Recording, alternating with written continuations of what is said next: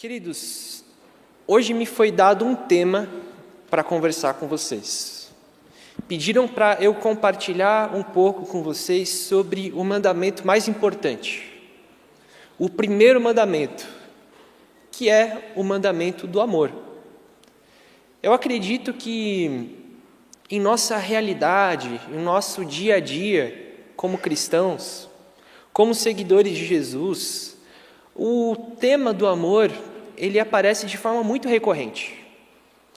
Quando a gente pensa no assunto, provavelmente algumas passagens bíblicas vêm à cabeça dos irmãos. E nós sabemos que ele é, graças a Deus, um assunto que é muito conversado, incentivado em nossas igrejas, em nossas literaturas, enfim, em nossa vida cristã como um todo. Então, é um tema que, de certa forma, dispensa apresentações. Deve ser uma característica presente na vida de cada um de nós aqui. Por exemplo, quando nós pensamos em amor, provavelmente, aquela passagem dos evangelhos, eu destaco aqui Mateus 22, em que Jesus, ele é questionado sobre qual é o maior mandamento. De fato, ele responde isso: amarás o Senhor teu Deus de todo o coração, alma, força e entendimento. E esse é o primeiro mandamento. E da mesma forma, ele responde, o segundo é: ame o teu próximo como a ti mesmo. Também temos em Deuteronômio, no capítulo 6, por exemplo, a menção de que Deus espera de seu povo, escuta a Israel. Ame o Senhor teu Deus de todo o coração, alma, força e entendimento. Então sabemos que esse mandamento é um mandamento primordial. É um mandamento que é essencial para a nossa vida como seguidores de Jesus. Então, o empenho, o esforço que eu quero fazer com os irmãos aqui hoje não é de olhar para esses textos em específicos em que nós temos uma primeira abordagem sobre esse amor. Mas eu quero que, tendo essa bagagem que nós já temos desse amor, nós possamos olhar para um texto e usar esse amor como lente, para que a gente possa extrair desse texto algum proveito no que diz respeito a esse mandamento tão importante. Então eu convido os irmãos a abrirem suas Bíblias, por favor, em 2 Pedro. Vamos ler 2 Pedro no capítulo 1, versos 1 ao 11.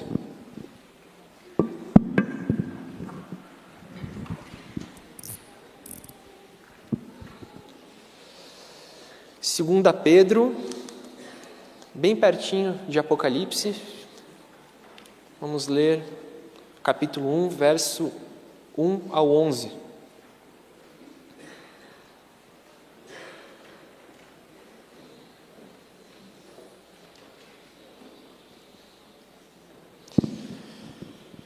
Diz assim a palavra de Deus. 2 Pedro, capítulo 1, do verso 1 ao 11.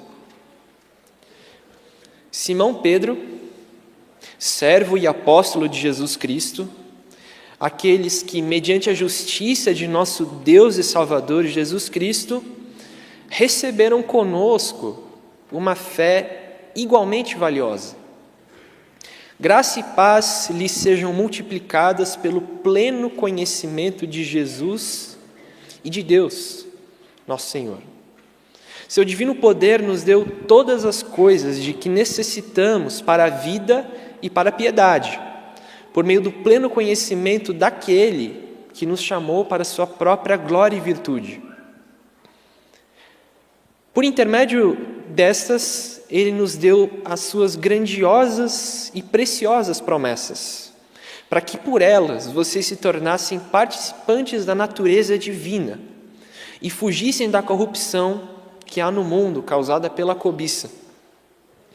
Por isso mesmo, empenhem-se para acrescentar à sua fé a virtude e conhecimento, ao conhecimento o domínio próprio, ao domínio próprio a perseverança a piedade, a piedade a fraternidade e a fraternidade o amor. Porque se essas qualidades estiverem e existirem, crescendo em suas vidas, elas impedirão que vocês, no pleno conhecimento de nosso Senhor Jesus Cristo, sejam inoperantes e improdutivos. Todavia, se alguém não as tem, está cego, só vê o que está perto, esquecendo-se da purificação dos seus antigos pecados. Portanto, irmãos, empenhem-se ainda mais para consolidar o chamado e a eleição de vocês, pois se agirem dessa forma, jamais tropeçarão. E assim, vocês estarão ricamente providos quando entrarem no reino eterno de nosso Senhor e Salvador, Jesus Cristo. Amém. Convido os irmãos para uma breve oração.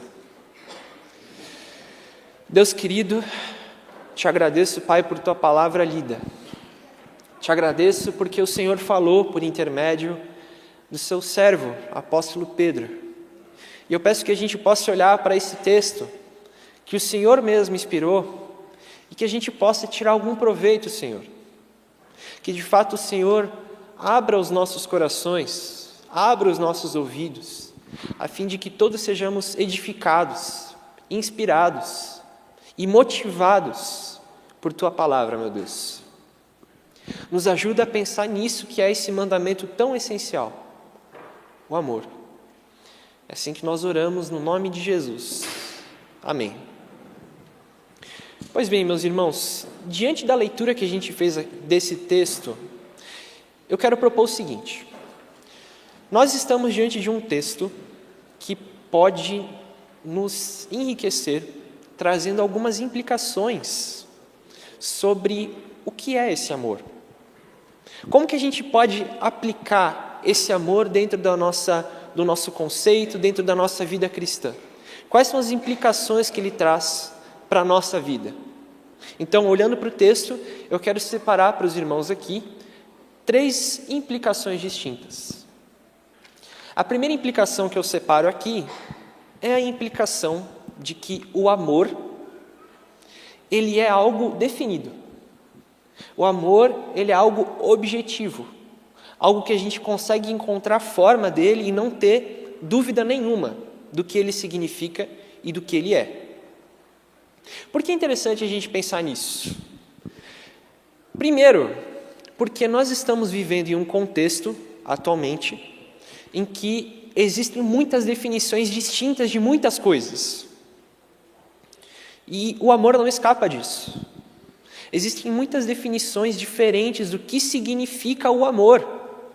Pessoas diferentes, em contextos diferentes, vão descrever esse amor de formas às vezes opostas, de formas muito diferentes.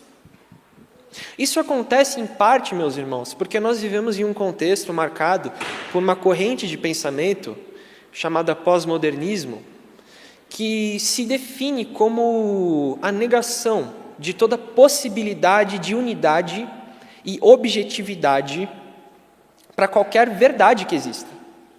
Essa definição não é minha, ok? Não tô aqui exagerando. De fato, essa filosofia que tem influenciado os nossos dias nega a objetividade da verdade. O que isso quer dizer? Não existe uma verdade absoluta para quem assim pensa. Todavia, meus irmãos, isso não pode ser um elemento presente dentro da nossa vida como seguidores de Jesus. Porque dentro de todas essas definições distintas de amor, nós encontramos coisas muito estranhas. Existem pessoas que encaram o amor como um tipo de moeda de troca. Eu faço a minha parte, o outro faz a parte dele, a gente vai trocando, a gente vai recebendo, mas se o outro não fizer, eu também não faço. O amor ele pode ser definido também por alguns outros como o sinônimo de paixão, o sinônimo de atração, baseado naquilo que eu sinto, baseado naquilo que me toca no emocional. Para alguns, o amor ele também pode ser encarado como um tipo de preferência. E ainda para outros, ele pode ser a aceitação e consentimento de qualquer tipo de prática e qualquer tipo de escolha do outro. Se nós ficarmos, de fato, perdidos, à mercê buscando referências do que significa o amor na opinião dos outros, a gente nunca vai chegar a lugar nenhum. E Jesus, nosso Senhor, é aquele que pode nos dar uma definição genuína e objetiva do que é amor. Mais do que isso, Ele é o único que pode apresentar isso para nossas vidas. Como Jesus pode fazer isso? Em primeiro lugar, Jesus ele pode demonstrar esse amor através de quem Ele mesmo é. Recentemente, eu dei uma aula para os diáconos, domingo agora passado, e eu quis testar um pouco eles. Fiz alguns testes, fiz algumas perguntas para eles. E uma das primeiras perguntas que eu fiz foi: quem é Deus? Uma das respostas mais rápidas que eu tive, e muito certeira, foi a de que Deus é amor. E todos sabemos isso.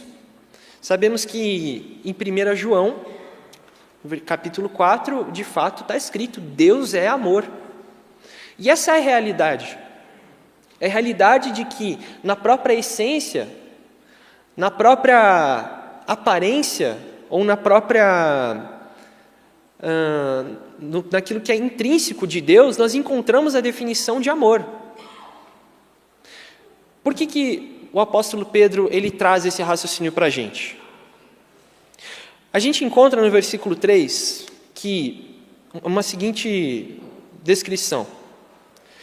Ele afirma: o seu divino poder nos deu todas as coisas de que necessitamos para a vida e para a piedade, por meio do pleno conhecimento daquele que nos chamou para a sua própria glória e virtude.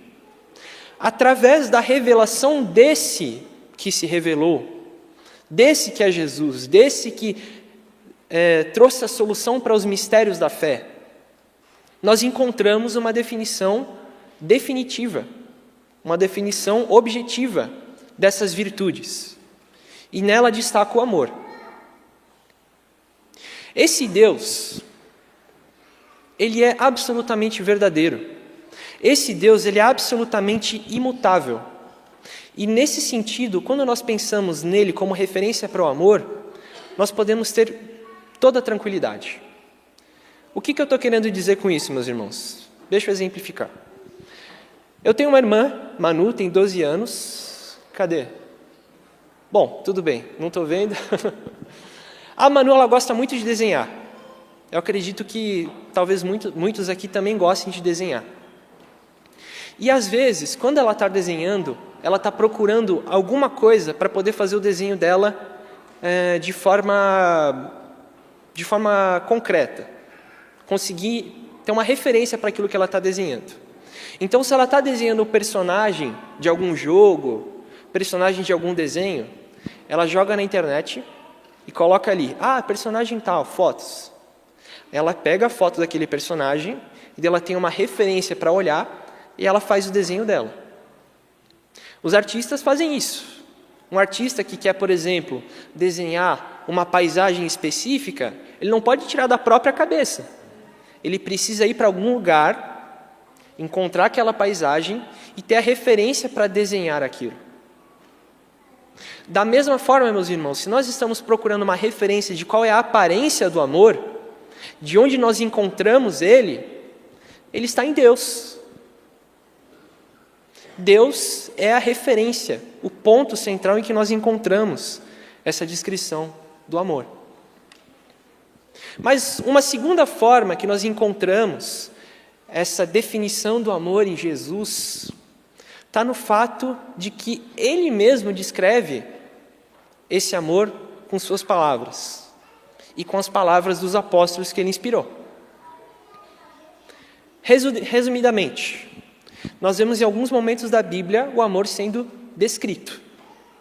Eu destaquei alguns pontos que ajudam a gente a entender esse amor. Primeiro, o amor ele pode ser entendido como obediência. Nós vemos em 2 João, no verso 6, a descrição do amor como a obediência. E este é o amor, que andemos em obediência aos seus mandamentos. Você já tem ouvido desde o princípio, o mandamento é este, que vocês andem em amor.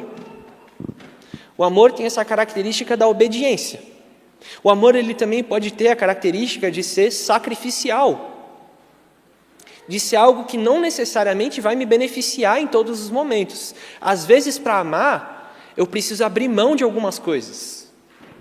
Jesus deu exemplo disso, dizendo, por exemplo, lá em João, no capítulo 15, que ninguém tem maior amor do que aquele que dá a sua vida pelos seus amigos. Amor também, ele pode ser encarado na Bíblia como uma decisão, como uma escolha. Como assim? Jesus, uma vez no Sermão do Monte, falou algo que desafia muito a gente. Ele falou o seguinte: amem os seus inimigos e orem por aqueles que os perseguem. Meus irmãos, é possível eu naturalmente ter um sentimento quentinho, agradável e feliz com uma pessoa que me persegue, com uma pessoa que me odeia, com uma pessoa que de fato se coloca como um inimigo em minha vida? Quando nós temos esse tipo de pessoa, normalmente a gente sente o quê?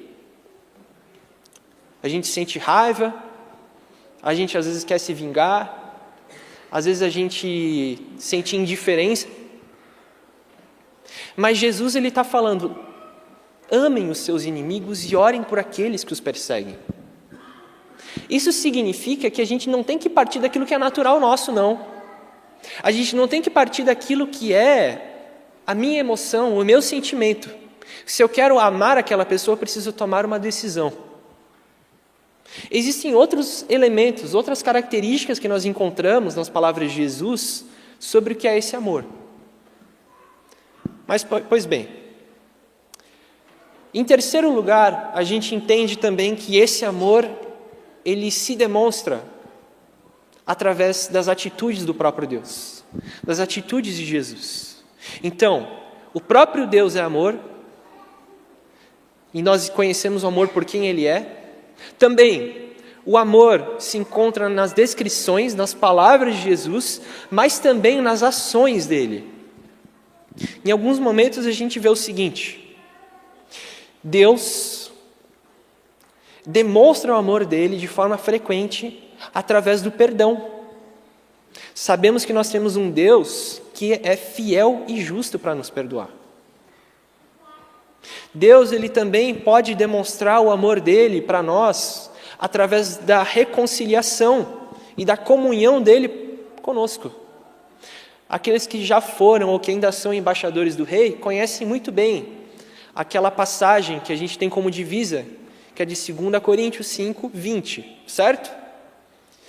Se a gente olha ali o contexto, versos 19, 21 também, a gente entende que o apóstolo Paulo está apontando, de fato, para essa reconciliação que existe entre Deus e homem, partindo em primeiro lugar do amor de Cristo. Depois, quem tiver a oportunidade, dê uma olhadinha. 2 Coríntios 5,19 e em diante vocês vão ver essa questão do amor de Cristo sendo apresentado lá.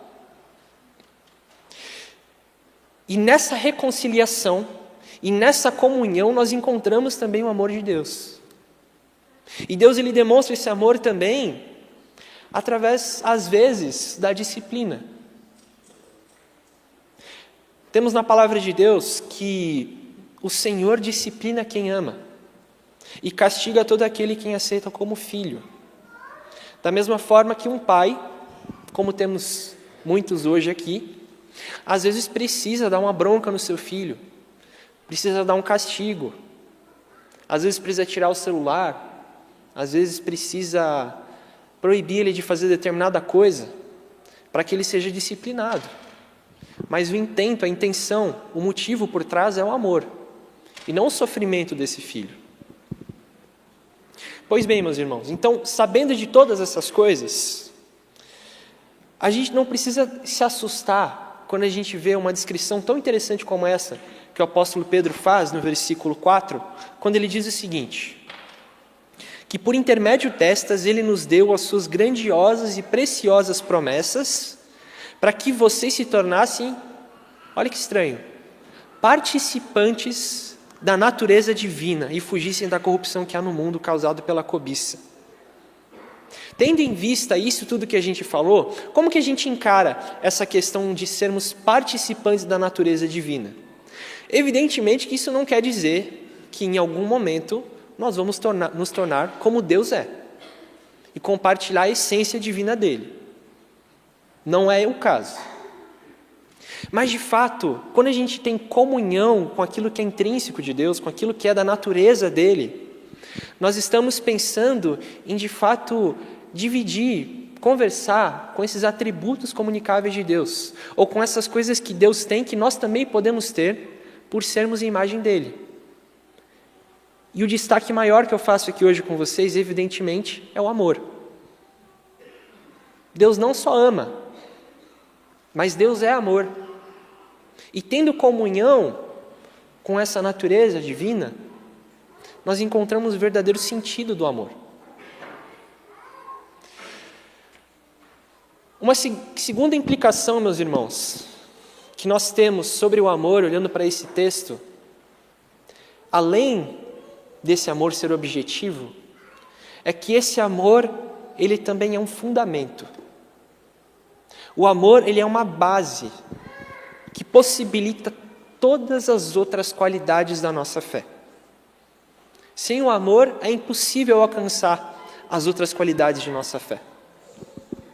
Nós vemos no versos 5, 6 e 7 um raciocínio lógico do apóstolo Pedro, falando sobre como uma virtude vai puxando a outra. E ele fala, empenhe-se para acrescentar a sua fé à virtude o conhecimento, e ele segue falando, até que ele chega finalmente no amor. Qual é o raciocínio? O raciocínio é o seguinte, meus irmãos, se não existir amor dentro de nossas vidas, dentro de nossas ações, não existe vida em nossa fé.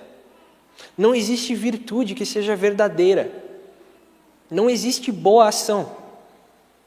Quando a gente lê no verso 5, ele dizendo, empenhem-se para acrescentar, quando a gente olha um pouco para o texto, no seu contexto, no seu idioma original, essa palavra para acrescentar é uma palavra que tem o sentido de trazer a nutrição, de trazer o sustento, de suprir. Então é como se ele estivesse falando para nós, empenhe-se para nutrir a sua fé com a virtude e assim por diante, até que chega no amor.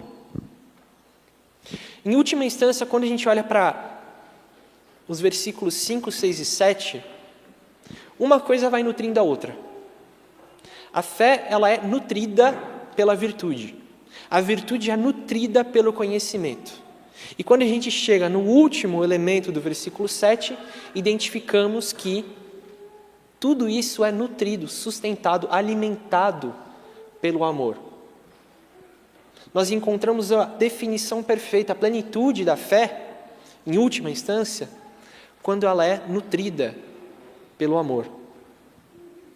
Um exemplo parecido com esse é do fruto do Espírito. Aqui eu acredito que todos conhecem o fruto do Espírito que a gente tem em Gálatas 5, 22 e 23. E qual é o primeiro fruto que aparece nessa lista do apóstolo Paulo? Ou a primeira virtude? O amor. Amor, alegria, paz e assim por diante. Ele começa falando sobre o amor. O amor, de fato, tem uma primazia. O amor, de fato, tem um destaque especial em comparação com os outros, meus irmãos. Também no apóstolo Paulo nós encontramos algumas definições ou algumas elaborações sobre o quanto que esse amor é basilar, o quanto que esse amor é insubstituível. Outra passagem muito conhecida é de 1 Coríntios, no capítulo 13, quando ele diz o seguinte: ainda que eu fale as línguas dos homens e dos anjos, se não tiver amor, serei como sino que ressoa ou como prato que retine. Ainda que eu tenha o dom da profecia e saiba todos os mistérios e todo o conhecimento e tenha uma fé capaz de mover montanhas, mas não tiver amor, nada serei. Ainda que eu dê aos pobres tudo que possuo e entregue meu corpo para ser queimado, mas não tiver amor, nada disso me valerá. O que a gente está querendo transmitir aqui? Aproveitar e fazer uma pergunta. Levanta a mão aqui rapidinho, quem gosta de cozinhar? Nossa, um monte de gente. O povo batista gosta de comer, né? Para poder comer tem que saber cozinhar, então faz sentido. Pois é, meus irmãos. Quando nós estamos cozinhando, existem algumas coisas que são insubstituíveis em algumas receitas, certo? Existem receitas que, se não tiver um ingrediente específico, você não consegue fazer aquela receita. Por exemplo, é possível fazer pão sem ter nenhum tipo de farinha? Não, de jeito nenhum. É possível eu fazer risoto se eu não tiver nenhum tipo de arroz? Não tem. Não tem como. É possível eu fazer brigadeiro se eu não tiver leite condensado? Não é. Esses são ingredientes que são essenciais, ingredientes que são insubstituíveis para que a gente possa fazer aquela própria receita. Da mesma forma, na receita do cristianismo, na receita da nossa fé, um ingrediente que é absolutamente insubstituível é o ingrediente do amor. Sem amor, nós temos uma fé que não foi nutrida, uma fé que não foi vivificada. Então não combina, não tem como. Uma terceira implicação e última que eu quero trazer para os irmãos sobre esse mandamento do amor é que, além de tudo, o amor ele também é o possibilitador e o mantenedor da continuidade da nossa fé cristã. Meus irmãos, nós sabemos que a nossa fé, ela não é um evento pontual. A vida cristã não é um episódio. A gente não simplesmente se converte um dia e depois nunca mais pensa em Jesus. Nós temos que seguir vivendo com Jesus. E se a gente quer viver de forma coerente, sem hipocrisia, o amor, ele tem que continuar acompanhando e possibilitando que essa fé, ela esteja completa. O apóstolo Paulo, ele fala que o amor, ele é o elo perfeito. O amor é aquilo que segura todas as coisas, aquilo que mantém, aquilo que não deixa tudo despencar. Esse elo perfeito do amor, de fato, ele é essencial para que a gente não só se converta, não só para que a gente saia da nossa condição que Jesus fez de nos tirar do império das trevas, mas também para fazer com que nós continuemos andando na luz.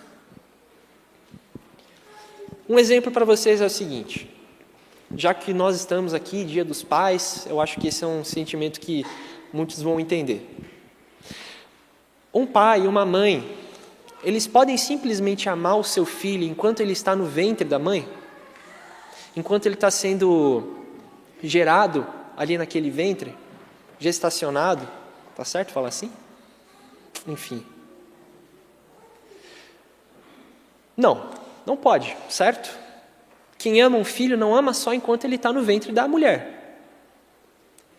Até porque se fosse desse jeito, ficaria impossível de criar aquela vida ou de sustentar aquela vida. Inclusive, o amor ele vai ter que ser exercido com mais intencionalidade, com mais esforço depois que aquela criança nasceu, eu tenho certeza. Por quê? Porque a partir do momento que saiu da barriga, começa a chorar, começa a acordar de madrugada, começa a sujar a fralda, começa a sentir fome. E eu tenho certeza absoluta que todas essas coisas, elas não são agradáveis. Não é gostoso acordar 3 da madrugada com um bebê chorando. Então, para que esse amor que é sustentado, ou melhor, a fim de que esse amor ele seja sustentado, é preciso de muita intencionalidade. Ele precisa manter o relacionamento de pai e filho. Porque senão, misericórdia, o que a gente vai fazer? É esse o ponto que eu estou tentando trazer para vocês, meus irmãos. O ponto de que esse amor, ele é o sustentador da continuidade de nossa vida cristã. Nós vamos precisar de mais amor depois que nós nos convertermos. Mais amor quando nós tivermos todas as circunstâncias da nossa vida como seguidores de Cristo. Tiago, irmão de Jesus, ele disse muito bem, quando falou no capítulo 2, verso 17, aquela passagem conhecida, de que a fé, se não for acompanhada por obras, é o quê? Morta. A gente viu também ali com o apóstolo Paulo, em 1 Coríntios, que essa fé, ou essas obras também, se elas não forem acompanhadas de amor, elas também são mortas, também são inválidas. Então, quando a gente olha para o versículo 8, ainda de 2 Pedro, capítulo 1, quando o apóstolo diz o seguinte: se essas qualidades existirem e estiverem crescendo em suas vidas, elas impedirão que vocês, no pleno conhecimento do nosso Senhor Jesus Cristo, sejam inoperantes e improdutivos. Então tá bom, então agora a gente entende o que ele está querendo dizer com isso. Porque se a gente tem o amor de Jesus sustentando as nossas vidas, ele não vai ficar paradinho, não vai ficar pequeno, não vai ficar do mesmo jeito que sempre foi, mas ele vai ter que crescer. Da mesma forma que o amor de um pai, de uma mãe, tem que crescer por seu filho, depois que ele nasce, porque senão não se sustenta. O amor tem que crescer muito para você aguentar as fraldas sujas e os choros de madrugada. Jesus, ele demonstrou para a gente essa questão do crescimento, da continuidade desse tipo de virtude em nossa vida, quando ele disse, por exemplo: eu sou a videira e vocês são os ramos. Se alguém permanecer em mim e eu nele, esse dá muito fruto. Lá em casa, meus irmãos, a gente tem um quintalzinho. E a gente teve uma oportunidade muito legal recentemente, que foi a oportunidade... Bom, não é nem mais recentemente, já faz algum tempinho já. Que foi a de plantar uma videira. No espaço que a gente tem, a gente deu um jeito, e daí plantou, começou a crescer, a germinar ali, aquela videira. Ela foi crescendo e foi ocupando cada vez um espaço maior, porque é uma planta que se espalha muito. Chegou um momento que ela era tão grande, que até o vizinho começou a puxar ela para ficar do lado do muro dele. E o que acontece? Quanto mais aquela videira, quanto mais aquela planta ia crescendo, ia aumentando em sua extensão, mais fruta ela dava. No comecinho saía um cachinho de uva pequenininho. Na verdade, às vezes só saía uma uvinha, uma ou duas. Depois, conforme o tempo foi passando, a quantidade de uva foi aumentando. Uns cachos um pouco maiores, mais cachos saindo, e assim por diante. E esse é o amor de Cristo. Se o amor de Cristo está presente na vida de cada um de vocês, meus irmãos, ele vai aumentando, ele vai crescendo, porque o nosso objetivo é ser cada vez mais parecido com Jesus. Não existe na vida cristã a possibilidade de nós falarmos assim: eu acho que agora eu já sou parecido o suficiente com Jesus. Tá bom aqui, não preciso mais crescer. Eu já sou tão parecido com Jesus que não existe espaço para Jesus crescer em minha vida. É impossível que isso aconteça. Então, se nós temos o amor de Cristo em nossas vidas, ele tem que se expandir cada vez mais e mais e mais.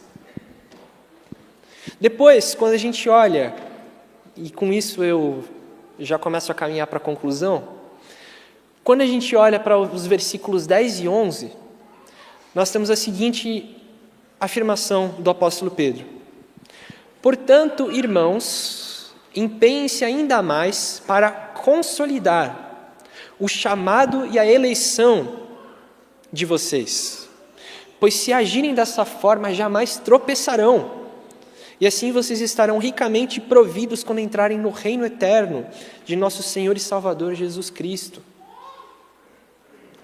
Nós precisamos não só dar espaço para esse amor crescer, mas nós também precisamos exercitá-lo para que a nossa vida cristã seja coerente. Um exemplo aqui, dos meninos. dos homens também. Quem aqui já teve o sonho de ser jogador de futebol alguma vez na vida? Levante a mão. Aí, uma turma. Várias pessoas já quiseram ser jogador de futebol algum dia. Se você se tornar algum dia um jogador de futebol, você vai perceber que não basta você ser escolhido por um time. Você precisa estar em treinamento constante. Você precisa estar com uma aptidão física muito boa. Você precisa estar com a mente afiada para conseguir acompanhar a jogada dos outros. Isso é coerente com a profissão que você está exercendo como um jogador de futebol. Da mesma forma, por exemplo, temos o caso dos músicos. Os músicos, se eles não se empenharem em praticar, em treinar, em de fato sempre estar ali tocando o seu instrumento, fazendo os exercícios, vai chegar uma hora, meus irmãos, que ele vai começar a tocar as notas erradas, vai perder o tempo, e as coisas vão ficar todas estranhas. Então, para que esse músico continue sendo coerente, continue a exercer a sua função da melhor forma possível, ele vai precisar continuar praticando sempre e sempre. Um estudante de um idioma, por exemplo. Alguém que, por exemplo, aprende, eu quero aprender, vou aprender inglês. E a pessoa vai, aprende, pratica, consegue tirar um certificado. Se ela quiser continuar sendo um bom comunicador desse inglês, desse idioma, ele vai sempre precisar treinar a sua conversação. Ele sempre vai precisar treinar a sua audição, sua compreensão. Porque se ele ficar muito tempo sem praticar, ele vai começar a puxar um sotaque mais feio, ele vai começar a esquecer das palavras, perder o seu vocabulário e assim por diante. Então, meus irmãos, o que é coerente para a vida de um cristão, no que diz respeito ao amor, é que nós pratiquemos. Vocês lembram que eu comentei que João, na sua segunda carta, afirma que o mandamento do amor é de fato, encontra o seu significado na obediência, certo? Por quê? Porque nós já entendemos que o amor não é um sentimento quentinho, não é uma paixão, não é uma emoção, mas é uma prática. E nós precisamos praticar e exercitar esse músculo, essa virtude que vem da parte de Jesus.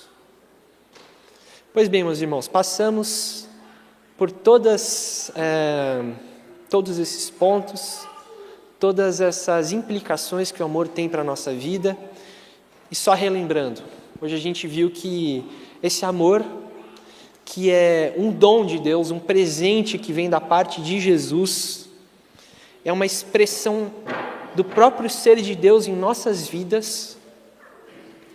Ele pode ser sintetizado em três implicações.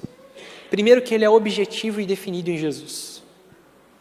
Segundo, que ele é a base de todas as outras virtudes da vida cristã.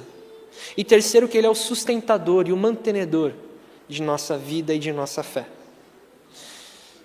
Tendo essa consciência, meus irmãos, eu quero convidar vocês para uma oração. Vamos orar e vamos renovar esse compromisso diante de Deus, de amarmos, de amar o Senhor, nosso Deus, com todo o coração, de amar o nosso próximo, de amar aqueles que são dentro da família de Deus e os que são de fora também. Porque se nós não tivermos esse compromisso sempre relembrado, esse compromisso firmado, a gente pode acabar caindo, de fato, nesse perigo da indiferença.